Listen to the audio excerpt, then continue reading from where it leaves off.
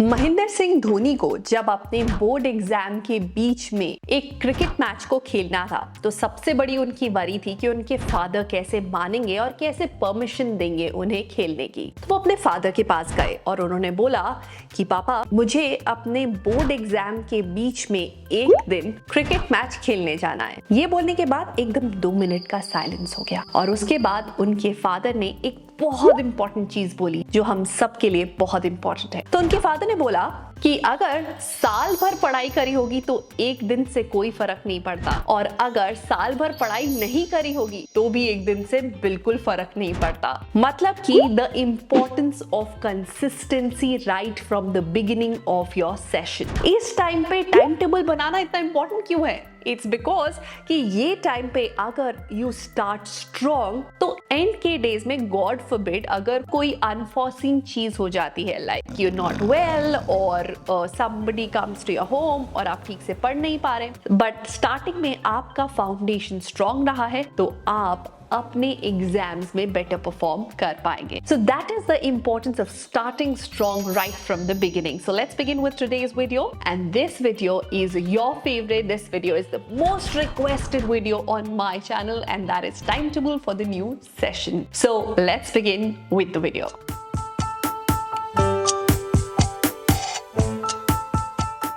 इस वीडियो के अंदर मैं आपको देने वाली हूँ 5 study hacks and also the best time table to start strong for your new session. Not only this, अगर आपको ऐसा लगता है कि आप ट्यूशंस नहीं कर रहे हैं तो अगर आप पढ़ने बैठते हैं तो आप बहुत अच्छे से पढ़ाई नहीं कर पाते, आपकी productivity throughout the hour उतनी अच्छी नहीं होती, तो आप अगर उस प्रोडक्टिविटी को भी बेटर करना चाहते हैं तो उसके लिए भी there is a tool in this video. So let's quickly begin with the time table, and after the time table we have the hacks. Okay, I want you to start your day 1 hour before your bus comes or 1 hour before you leave for your school. ऐसा क्यों? Because आप आधा घंटा पहले भी उठकर and you can get ready and go to school. That is also possible. But why 1 hour before school is because we need to recharge ourselves also. We don't want to exhaust ourselves in the morning. मतलब अगर आप अपनी body को imagine करें एक mobile phone की तरह, mobile phone को अगर आप रिचार्ज प्रॉपर्ली करते हो तो वो प्रॉपर्ली चलता है, बट अगर वो प्रॉपर्ली रिचार्ज ना हो तो वो जल्दी से बंद हो जाता है, राइट? तो एग्जैक्टली इसी तरह आपको अपनी मॉर्निंग में अपने आप को रिचार्ज करना है। So I am going to tell you few of the recharging activities. आप अगर उनके लिए उन एक्टिविटीज में से कोई भी एक एक्टिविटी को पिक करके एंड मॉर्निंग में if you can give 10 to 15 minutes to these activities then you will feel recharge and आपके डे की प्रोडक्टिविटी भी बढ़ जाएगी। Alright, so what are these recharging activities? These are praying, meditation, exercising, listening to audiobook, listening to a motivational speech, positive affirmation. All these things will recharge you right at the beginning. What are the exhausting habits जो हम morning में करते हैं? Getting up late, doing everything in hurry, and then it will give you a lot of panic कि ये हुआ, वो हुआ, ये नहीं हुआ. So let's avoid that. Alright? So 1 hour before we go to school, we have to get up and give 15 minutes to these activities. Alright, now moving on to the next one, and that is 8 to 2. I'm blocking this time for your school. Okay, now 2 p.m. when you come back from school, from 2 to 3 is the time for you to have your lunch and relax. Now from 3 to 3:30 is the time to review your notes. जो भी school में हुआ है, just pick up the books, open the notebooks one by one and अपने notes को देखना है. Just glance through them. अगर आपको ऐसे लगता है कि कोई note complete नहीं है तो finish it off there and then. Alright? Move to the another subject. Open the notes. It will just take your 30 minutes, but it is a very, very powerful habit. From 3:45 to 4:45 is the time for you to do your homework. Now, it's very, very important कि हम homework को starting में करें right now, because अगर कोई भी spillover होगा, अगर आपको कुछ extra चीजें चाहिए होंगी तो at least you know right from the beginning. Okay? Now, once you're done with your homework, 5 to 6 is the time to go out in nature, enjoy with your friends and to exercise or do whatever, just step out of the house. Now 6 to 7 p.m. is the time to do self studies. अब आप बाहर से होकर आए हैं, your mind is fresh, now you can sit for a good 1 hour of self study session. Now 7 to 8 is the time for you to do another session of self study. इस time पे या तो आप self study कर सकते हैं या आप किसी हॉबी को भी परस्यू कर सकते हैं. It is very very important कि आप अपने डे के अंदर कुछ ऐसी एक्टिविटीज डालें जिसके अंदर you look forward to your day, rather than कि आप ड्रैग कर रहे हैं कि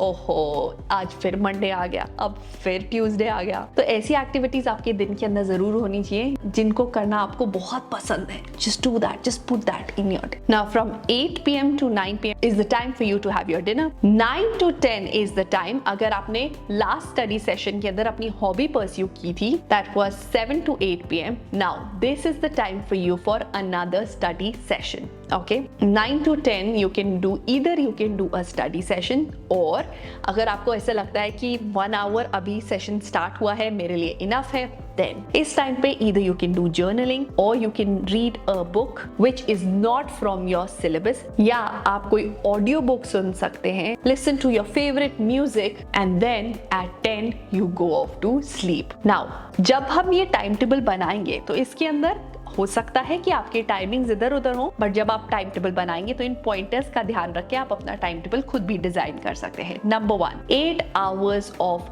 sleep. Number 2, 1 hour in a day at least doing the thing that will really make you happy.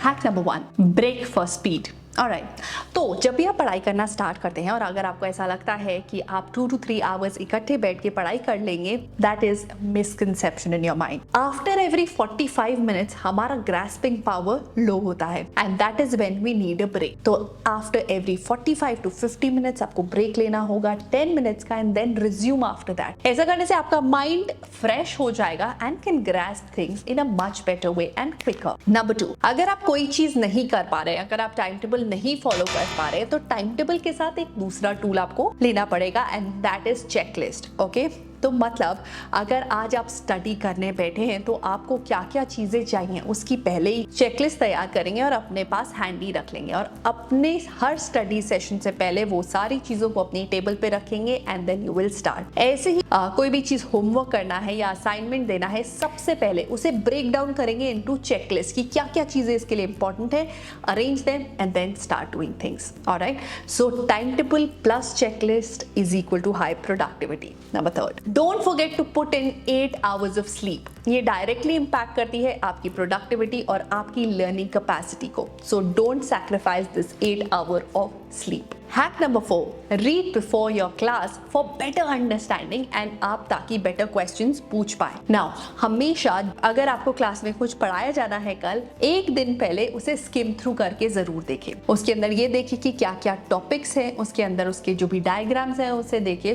5-10 minutes लगा के आप थोड़ा सा रीड कर सकते हैं ताकि जब कल क्लास में कोई चीज आपको बताई जाएगी तो आपकी अंडरस्टैंडिंग उसकी बेटर होगी. Moving on to the hack number 5 and that is reviewing your lecture notes. Okay, जो भी आपने नोट्स बनाए हैं घर आके at least half an hour give to them ताकि आप उन्हें रिव्यू कर पाए, ताकि अगर कोई ऐसी चीजें जो बीच में रह गई है जो इंपॉर्टेंट थी आप उसे लिख पाए ताकि आपके नोट्स हमेशा कंप्लीट रहें. Right, so with these 5 things you will be organised and productive throughout your year. Now another very important tool जिसके बारे में मैंने स्टार्टिंग ऑफ द वीडियो आपसे बात करी थी कि अगर आप कोई कोचिंग या ट्यूशंस नहीं ले रहे हैं एंड आप सेल्फ स्टडी करते हैं and by the end of the study session आपको ऐसा लगता है कि जो भी मैंने पढ़ा है क्या वो मैं अच्छे से पढ़ पाया हूँ. 1 घंटे को हमें कैसे डिवाइड करना चाहिए, 1 घंटे के अंदर हमें करना क्या क्या चाहिए, अगर हम एक चैप्टर स्टार्ट कर रहे हैं तो हमें कैसे पता चले कि हमने उसे ठीक से पढ़ा है या नहीं पढ़ा है. सो उसके लिए we'll make this